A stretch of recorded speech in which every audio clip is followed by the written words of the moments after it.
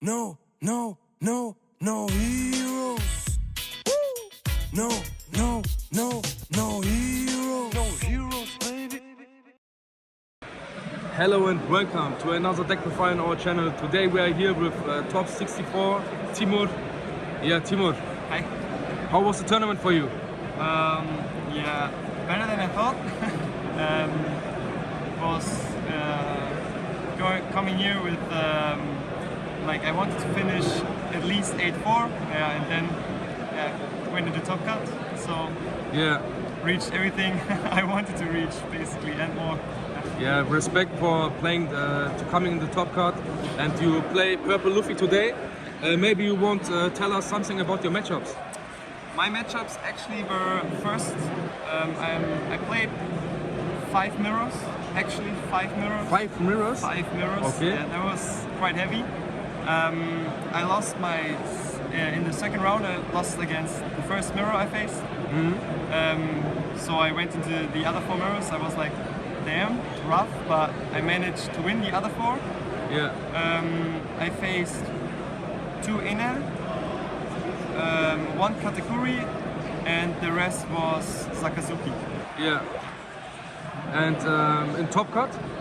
In top cut, I versed another Sakazuki. Yeah. So my losses were Goofy mirror and 2 Sakazukis. Ah, okay. Yeah, this was your matchups, and now we're going to your deck. So first, we start with the classic one. For ulti, 2Ks. I think don't have to explain anything about them. It's just for the page 1 ulti combo. Basically need 4 of those. Then what I have next is 3 2Ks of Khalifa. I went with Khalifa, not with Franosuke, because if I have a bricky hand, I basically want to play Khalifa and I can't get rid of my bricky hand. Yeah. So I went with Khalifa. Then this one is for the Sakazuki matchup, Miss Doublefinger. If you get this one out of trigger, you always play it against Sakazuki. You have 1 more body. It's also good against NL. Yeah, just for the trigger. Sometimes it hits, sometimes it doesn't. Yeah, very good. Yeah. Then what's next is 2 of the X-Rags.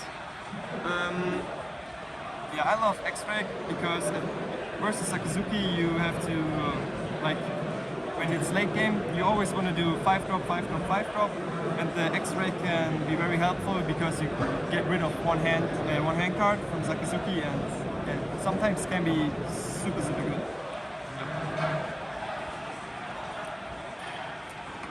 Next, I have 3 blocker laws. I only went with 3 because I think 4 is too much. People know this card already. You never play this card on turn 2. Like if the opponent has 7 hand cards or takes first life, you basically don't want to play him because it messes up your tempo. So this is why I only have 3 cards of it. Then next, another basic one for page 1s. Yeah. I mean, already explained it. Page 1 ulti combo. Pretty good. What's maybe important to mention about the page 1 ulti combo is that you usually don't wanna play this on turn 2. Only when you verse Sakazuki or NL and you want some tempo, but not always. If you have, if you're on turn 2 and you play it, you always have to remember that the 4-cost Kuzan can be dropped, and you can't play the Pauli, and so you always have to think about, will I drop it? I would say it's better to drop this combo on late game if you have it, so not on turn 2. Then next is a little bit of spice. I have 2 Kamazus. Effect, on KO, Dom -1, you can KO a 5 cost or less from the enemy. This is just basically for the mirror. It's very good. It feels like there's a second Magellan on the board, and if you have it on curve, like turn 2, turn 2, if you go first, you drop the Kamaso, very good. And against, obviously, Sakazuki, because he can't Lucci him. If he Luccis him, you can KO his Lucci or even his Borsellino and go for game. Yeah. This is why I have two copies of it. Then I have 2 Vanilla Sphinx. So I basically get the option, do I go with 4 Vanilla Sphinx or 2-2, and I wanted to play like 2 Vanillas and 2 Kamasos. Yeah. Then I come to what, in my opinion, is one of the strongest cards in the deck, Queen. I mean, everyone plays it, but no one really says that it's the best card. But I think in late game, if you drop 2 queens, you get Dom -2, you can draw like 2 cards, you can get rid of the bricky cards, and yeah, it saved me like a lot of late games. So, one of the best cards in my opinion in this deck. Yeah. Coming up next, the blocker key. Yeah, don't have to explain why this card is in the deck. 4 copies of it. It's just the effect. If you have it on the board and then you drop the 9-drop Kaido, it feels a little bit of OP. Yeah. So yeah. 4 copies a must. The next one are the 4 Magellans. Yeah, this one is, I would say, the most important card when you verse yellow. You always mulligan for Magellan. I was unlucky, I didn't see my Magellans on curve against my yellow opponents, but I still managed to win against them. Yeah, just, it's also very good against Sakazuki because you deny the 7-drop Borsellino for 1 turn, which can be very helpful. Yeah. Next, I have 3 polys, also super important card. If you go first, you drop a vanilla on turn 2, then you ramp another one another time, and then you can play the poly for basically 7 Dom, and then you're at 10 Dom on turn 1, 2, 4. So this one feels super good. Yeah. I only have 3 copies because I went with another king. Yeah. The Interesting. king is basically there for when you drop the ulti page 1 combo on turn 2, you get Dom -1. This means you can't play the poly anymore on your turn 3. So this is why I have 1 copy of king. So you can, if you have it in hand, can still get rid of the 4 Kuzan or maybe the Ohm. So this may be a tip as well. You only play the page 1 ulti combo on your 2nd turn if you have the king in hand, so you can get rid of a 4 cost. Yeah. Yep. Yeah. This is mine. One of. Very nice. It's a nice tag. I like it as well. I love it. Yeah. Then 2 copies of the 7-drop kit. A lot of poofies don't play him. They say it's too bricky. I find him very helpful in the mirrors. I give you an extra. And yeah. If you want. You good?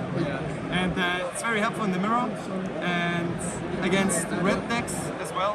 Like there were some Sorrows running around and Whitebeards. This one can be super helpful, and especially against Sorrow or Law, like the red green one, you need this 7 cost kit in my opinion. Yeah. This is why I have 2 copies of it. 4 feels too bricky. Yeah. And it's easy for Sakazuki to remove it. Yeah. Exactly. I managed to play one against Sakazuki in my Top Cut game. Yeah, I see And, it.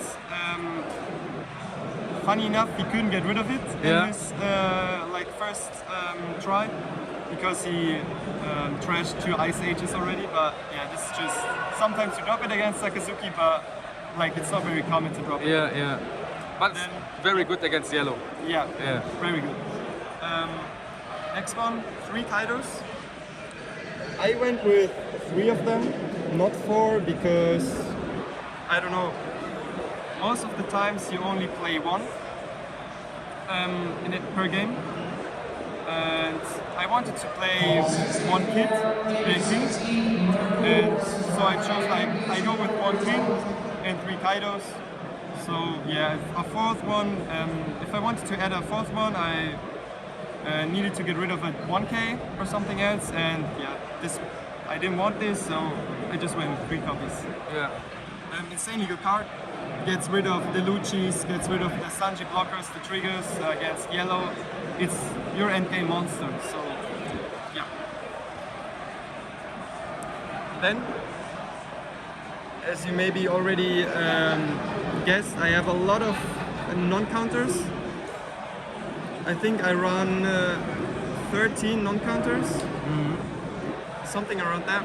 13 non-counters and 13 2Ks, something like that. This is why I have the 0 cost event, Jack Gatlin. Yeah, it's just there to get. If you have 2 Kaidos in your hand, you can get rid of it. It's a counter. Sometimes you can ramp with it as well, but most of the times you won't. But it's best event in the deck. Yeah. Then we come to the one-offs. I have one-off Blast Breath. Okay. This is just there to save your ass if you really need it. You leave 1 down open and it can save you from getting finished. More copies of it feel way too bricky. It's basically a non-counter if you want so, and most of the times you want to use all your done. You want to play 5 drop, and this is why I only run 1 copy. Yeah. But very good card. It's like a radical beam. The next one is some juice as well. It's a 1-off of Sheepshorn. This card says Storm -1. You can rest 6 cost or less. There are some poofy decks running around that run the other event. I think it's called Top Knot. Yeah. Which says you can rest or you can bottom deck a 4 cost. But what I don't like about the other event is it's like basically useless in the mirror. You can't bottom deck or rest the kids or the blocker queens. So or the Sabos, very important. This card won me 1 Sakazuki matchup. Oh, okay. It came down to the last turn. He had 1 blocker, Sabo, he played it, and basically he would have been safe because my Kaido can't KO his Sabo. I have 1 Sheepshorn, like the whole game in hand. I even counted everything out. I got rid of my 1Ks, 2Ks, with the Gatling gun as well. Like, didn't want to get rid of this one because I knew maybe I needed. And yeah, it basically won me the game because I was able to rest the Sabo. Yeah. And that's basically that's my deck list. Yeah. Thank you for your deck list. Thank you for your deck profile. Maybe you want to show us your favorite combo in your deck. Favorite combo? Yeah. Sure. Especially against Sakazuki. Yeah. This is, in my opinion, the most not OP combo, but the best combo to play. You play, if you're 10 down, you play. It's very basic. You play kid into queen. It gets 2 blockers down, 2 5-cost bodies. It's very hard for him to remove them, and you get 1 extra dawn. With this extra dawn, you want to take your life aggressively against Sakazuki, so you're at 1 or 2 life most of the times. Then you have 1 down left to maybe block it with Blast Breath, or to go for a 6k swing. This is like I would say my most favorite combo. Second favorite combo is Goofy is very I would not say very basic, but there are not a lot of combos. But what you do, maybe important to know, is you want to go first. one matchup, no, 2 to 3 matchups where you want to go second. This against Zoro, Law, and the mirror. I like going second in the mirror. A lot of the people say go first. I mean, I faced 5 mirrors, and I went second, and those I won, and the one I lost, I went first. So I think that says enough. So, but if you go first, like you usually do, even against Enel and Katakuri, I like to go first because they can rush you down otherwise. So I prefer going first. So you can drop on turn 2, you do leader ability, you get 4 down, you play a vanilla. Then turn 3, you have 6 down, you ramp 1 more time. So you always, basically always you ramp 2 times. Not only against Zoro you basically ramp just 1 time because he rushes you down. And then for 7 down, you play the poly. You even play the poly when there's nothing to KO. So on 7 down, you play him, so you are at 10 down. So even if there's nothing to KO on the field, you play the poly and then basically just chill out at 10 down. Yeah. And then make the kid and queen combo. Then the kid and queen combo, and then if the kid and queen combo stays, or if only the kid stays, you can drop the 9-drop Kaido, and you get 1 more down active as well. So this is the perfect curve, like poly and vanilla into poly into kid queen and then into Kaido. This is like the dream. Yeah, it's very interesting. I have a last question for you. Why you choose to play Luffy on this event? It's very simple. I love Luffy. Yeah. I love the deck identity, like going very tempo, go with tempo plays. It fits my deck, my play style. Yeah. And I have a lot of fun with it. It's the deck I have the most practice with. So I was thinking about coming here with Enel, but then I was like, no, I play what I can play the best, and this is my take. So even if you're not playing the top tier deck, as long as you are like very good with your deck and you know your cards, I think you can win games that people with your deck would not win. Yeah. And what do you think about Luffy in OP-06? Sadly, I think it won't be here in OP-06. It's very sad. Yeah. Even for me, if I'm a high rare player. Yeah. So I don't think he will be there for OP-06. There are better purple leaders. Yeah. And if Morias and Sakazuki's, Peronas come, I don't think Luffy will see a lot of play, sadly. Yeah, at the end, any shoutouts to any people? Shoutouts, obviously, to my team, the Rising Yonkos. You can follow us on Instagram, Twitter. Link in description. Link is in the description, thank you very much. Very important shout out is obviously to my girlfriend. I basically called her after every game. Went to call her for like 2 or 3 minutes just to tell her how it's done, and to my team and my girlfriend, they all believed in me. And you calmed down a little bit when you called her. Yeah, very nice. This is maybe a tip for, maybe I'm talking a bit too much, but a tip it's okay. Like for everyone. I mean, everyone has to do what they want to do, but what I found helpful after the 4th round, I was like this grouping up together and talking with my teammates was not bringing me down. So I went to my locker room, grabbed my earphones and just was banging 20 minutes, was banging music to calm down, just full focus, chill a bit down, noise cancelling. I was just sitting there alone at the table, not very talking to anyone, just telling like how my game went. Yeah, you was in focus, pure focus. Yeah, exactly. Very nice. And I think that's very important to stay focused. Yeah.